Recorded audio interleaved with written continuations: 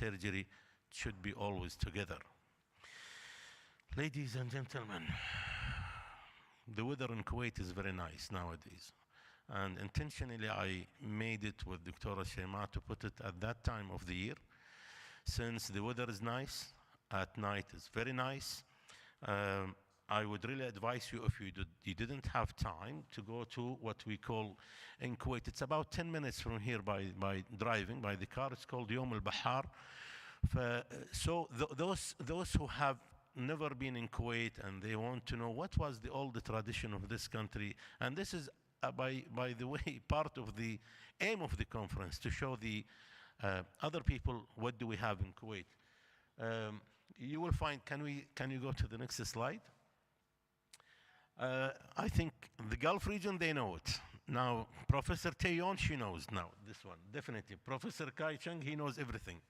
This is Souq al-Mubarakiyya. It's like an old tradition market.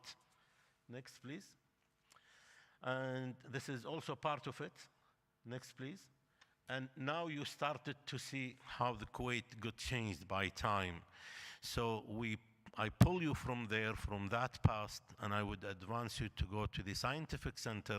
So now exactly where I'm standing, on my right side is Yom al-Bahar, the old Kuwait. On my left side is the new Kuwait.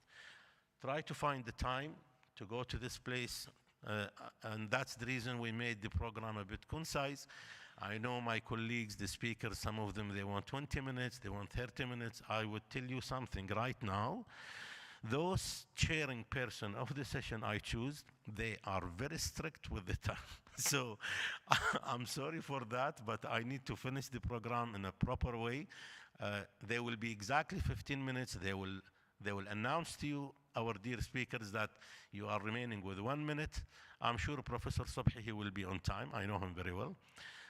But for others, please stick to the time and enjoy the talks, enjoy and at the end of each session, there will be time for questioning, and Q&A is very important part of the discussion. So, and there will be a coffee break also.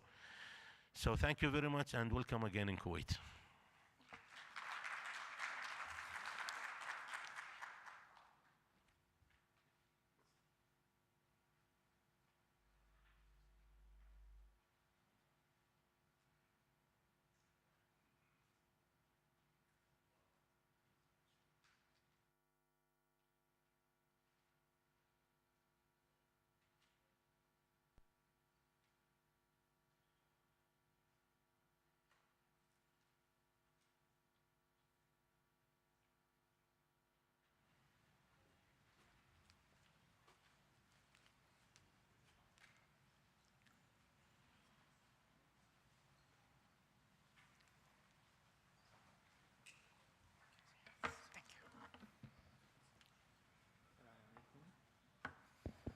Assalamu alaikum. Good afternoon, everyone. So it's our pleasure to meet here at Salwa Sabah conference hall. Dr. Fatma Khaja and I'm Dr. Abdurrahman will be chairing this session. So the first talk will be presented by Professor Kai Wook Chung. Professor Kai,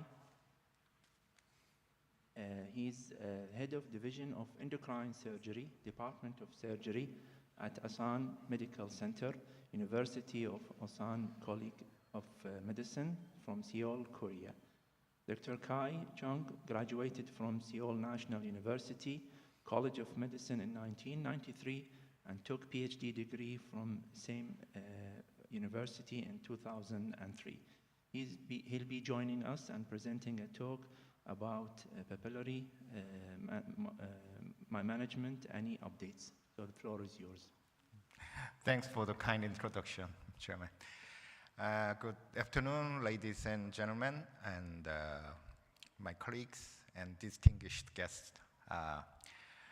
It is my great honor to be here among my best friends and colleagues, and because the President Ali already said about the time, I will start directly.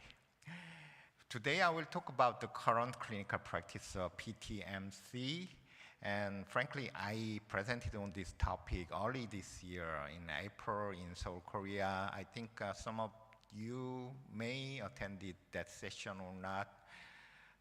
Fortunately or unfortunately, there has been updates. So, American Thyroid Association, ATA, released new guidelines in August. So I will focus on that guideline changes directly impacting the management of PTMC.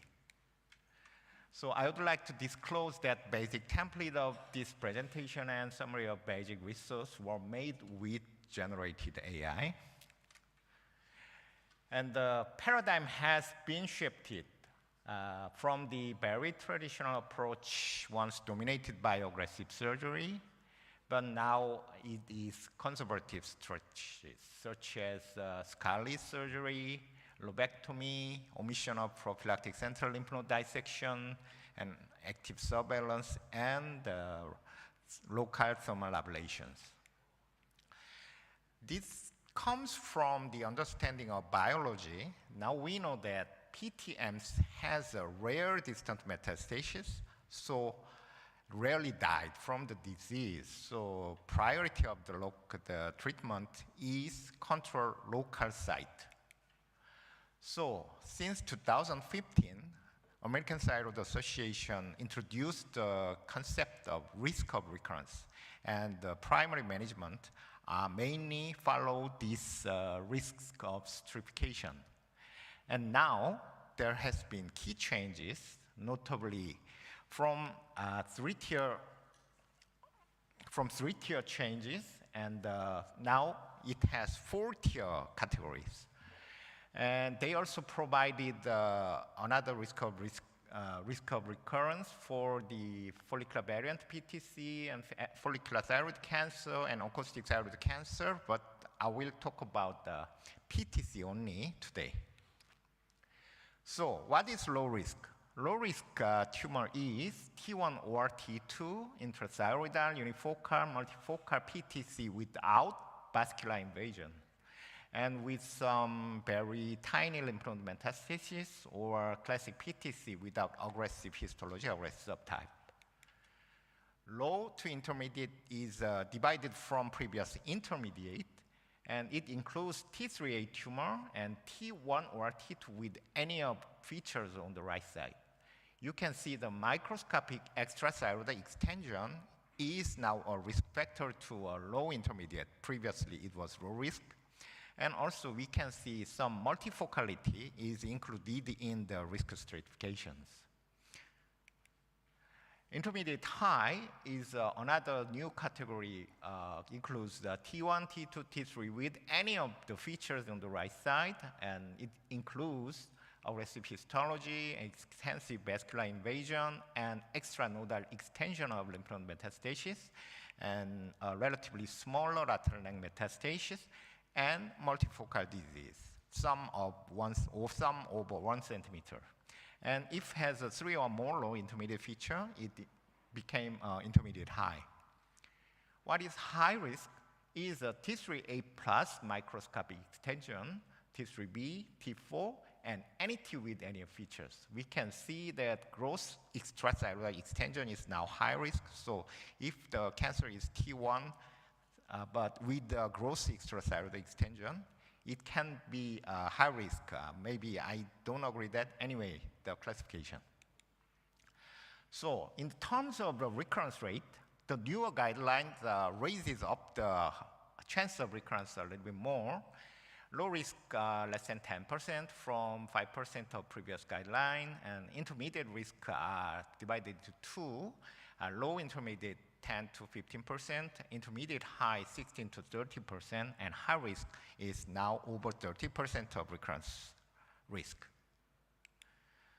So to summarize this, they more specify the recurrence risk, and multifocality and T3B or extrathyroid extension, such things are now important classification factor. And also molecular marker is important, even though that is mandatory.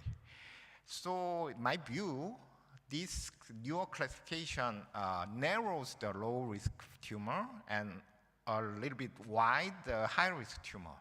So I think this newer classification should be to encourage a more conservative treatment for PTMC. So I can summarize the changes here. For the active surveillance, previous guidelines said that is optional with the very limited evidence, but now it is recommended if the hospital has a clear follow-up schedule and a clear conversion to surgery criteria.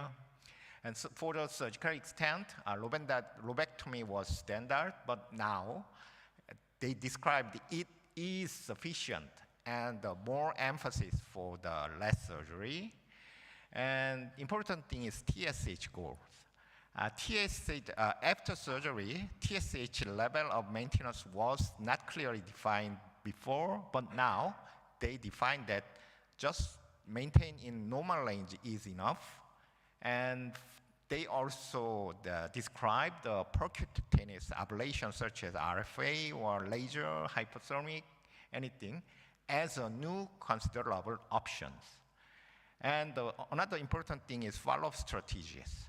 At previous guidelines, the role of thyroglobulin measurement after lobectomy was unclear, but now they declare that it is limited, so they emphasize more ultrasound basis follow-up. About the less than lobectomy, such as ischemectomy for ischemic tumor,